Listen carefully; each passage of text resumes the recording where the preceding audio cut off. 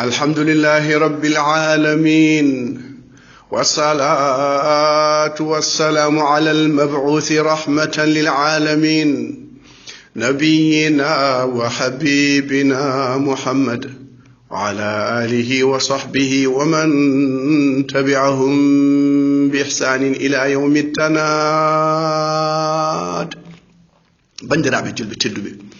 مجبي يدبي المصطفى صلى الله عليه وسلم oɗon jiɗi ababakar siddiq bamum aicha giɗo almustafa sallallahu alaihi wasallam ko adi fof mbeɗa wasiyo on e hulde jomiraɗo subhanahu wa taala hade men faade to siddiq so siddiq hoto yejjir hande ko aljuma ñanden adama taka ñande hen o naati aljanna ñande hen o yalti ko ñande hen o maayi ko ñande hen darnge darato ñande hen liital wuttate so liital wuttama ummital ummama adiɓe wattindiɓe dari adiɓe wattindiɓe fo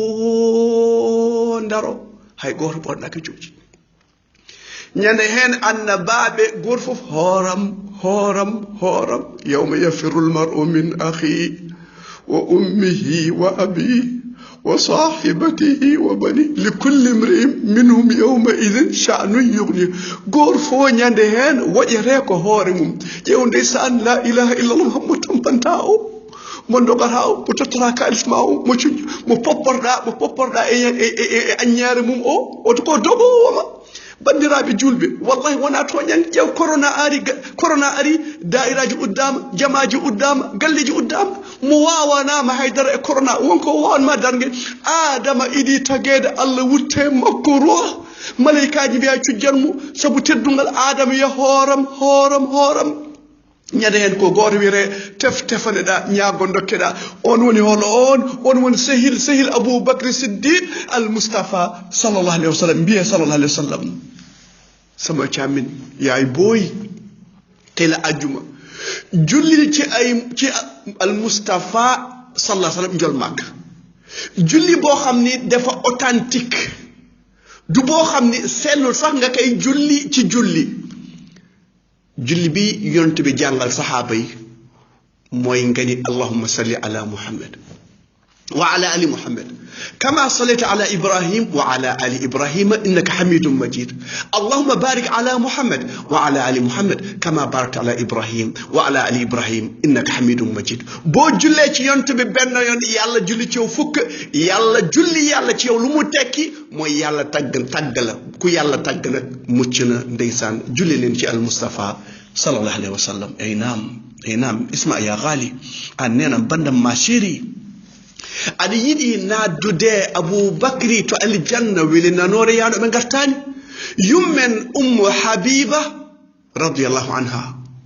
o wi nelaɗo sallallahu alayhi wa sallam wi mbiye sallallahu alayhi wa sallam mbale eɗen naata aljanna urɗo o rewɓe nan toon ha heewi sangara ha heewi jumri ha heewi kosam nan toon ñebbe nan toon walakum fiha ma tashtahi anfusukum walakum fiha ma tadawun kan hanɓe jaljalɓe kakaɓe sa yiɗi tan barme ñebbe ara yeeso ma to aljanna tan wiye kun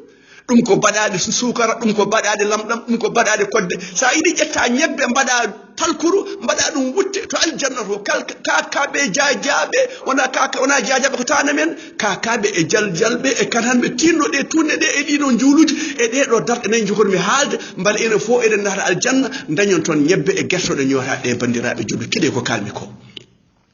yummen ummu habiba o wi giɗo mon almoustapha sallah sallam wi darɗe nayi sa reeniɗe ɓanduma harmini jeygol ɗum fiti ko sa naati aljanna ma wonde aboubacry e oɗo voyage extraordinaire ko hen goɗɗen eɗen goppa makka eɗen payi madina ha danden diine men gaare ƴetten ngol ɗo konngol mbaɗi ɗum talkor gaare goppen ƴewde ko welani allah ƴeewen ko allah yiɗi keɗoɗen ko allah yiɗi kaalen ko allah yiɗi jooɗoɗen ɗo allah yiɗi wa ida ra'ayta alladhina yakhuduna fi ayatina fa a'rid anhum hatta yakhudu fi hadithin ghayri so tawi nokku ɗon allah ne jalkire ɗon diina ne jalkire ɗon buuba nan ɗon horta jam jungo hor helam keeki nan ɗon goppa ɗon sabu ɗon ko watte ko welani allah so sa oppani on non place aɗa wela e koɓe mbaɗata ko ane maɓɓe poti wala hawla quwwata illa billah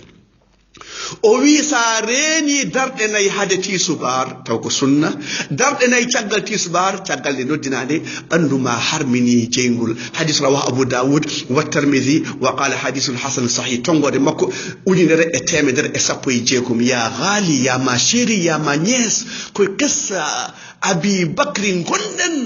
eɗen duusamo ndeysan omo fayi Makka omo fayi Madina ceerno Ousmane omo wonde jol Makka sallallahu alayhi wa sallam eynam nelaɗo sallah sallam wi aljanna cuuɗi nan toon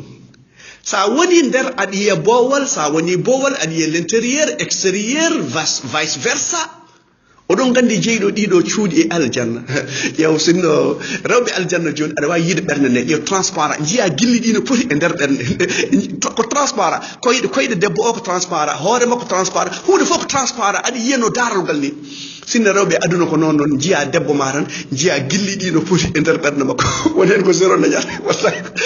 woni hen ko zéro gorko tan gara tan coynoɗa ɓernde debbo ma tawa toon an ko 40% ɓeɗo ko 50% ɓeɗo ko 60% e ndaw haare kono Allah ko suturo o waɗi en ɓalli men gona transparent ko woni e ɓerɗe ko Allah tan andi Allah suuri en yo Allah suuri en aduna e lakara ma chéri bandiraɓe sehilaɓe aynam cuuɗi nan aljanna sa woni nder aɗa yiya boowal sa woni boole ɗen nder oɗon gandi jeyɗo ɗiɗo cuuɗi ko almoustapha wi ko sallallahu alayhi wa sallam on ɗon caktuɗo kisal ndeysan o sakti kisal omo ñammina miskineɓe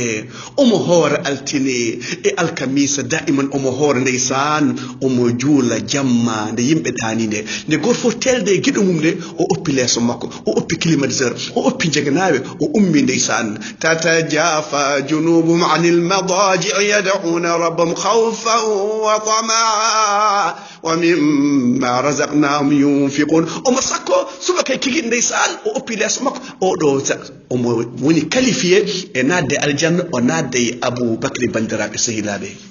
sen ciftori nden à l'époque mi haali mbimo debbo goto omo foɗodiri nela sallah sallam damal aljanna oɗon gandi hol on ɗon debbo mo ciri kokko makko mayi ndesan rutti to jomiraɗo o oppida e sukaɓe cukalon tukusan alyetimeɓe omon yeeye caaf omon yeeye nana omon yeeye mbasan omon yeeye guerte omon gooba omon ñammina sukaɓe haɓe janga haɓe jofna haɓe gonna sagaraɓe o resnaɓe o huuraɓe oɗo debbo naddata e almoustapha sallah sallam oɗo waɗani kokete kakete o waɗani heesal o waɗani stretch oɗo ko debbo juulɗo mo ganduɗen o farmata binta o yo Allah waɗema barke an nehɗo alyatimeɓe an e almoustapha naddata aljanna an gorko o sa ñammini miskin a jangguini miskin a holtini miskin nadda e almoustapha sallah sallam mbayano Aboubacry ni taw ko onon jaadi ndesan e voyage extraordinaire bandiraɓe julɗo toppiɗen miskineɓe e mayiraɓe e nam ceerno Ousmane hoto paaɗa jehen to Makkatal Mukarram ndeysan nelaɗo sallah sallam e Aboubacry ɓe jalti jamma eɓe ganda diine mabɓe sehilaɓe ɗiɗo qur'ana jangtima ɗum ɓe goppi Makka jamma ɓe naate hayre kamɓe tati hakkude jamma nde ɓe jettiɗo hayre nde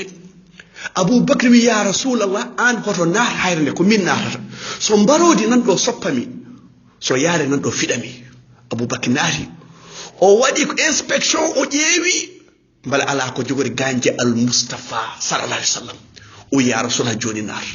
wuddere no wonno ɗon wiyama Aboubacry waɗen koyngal mum Aboubacry fiɗa gila makko beddi gonni almoustapha tini ɗum wima ya Aboubacry ka piɗaɗo wima aha o tuute koyngal ngal o wayno haydara kewani ni o selli kanko Aboubacry Siddiq bandiraɓe sehilaɓe la ilaha illallah muhammadou rasulullah inam ثاني اثنين إذ هما في الغار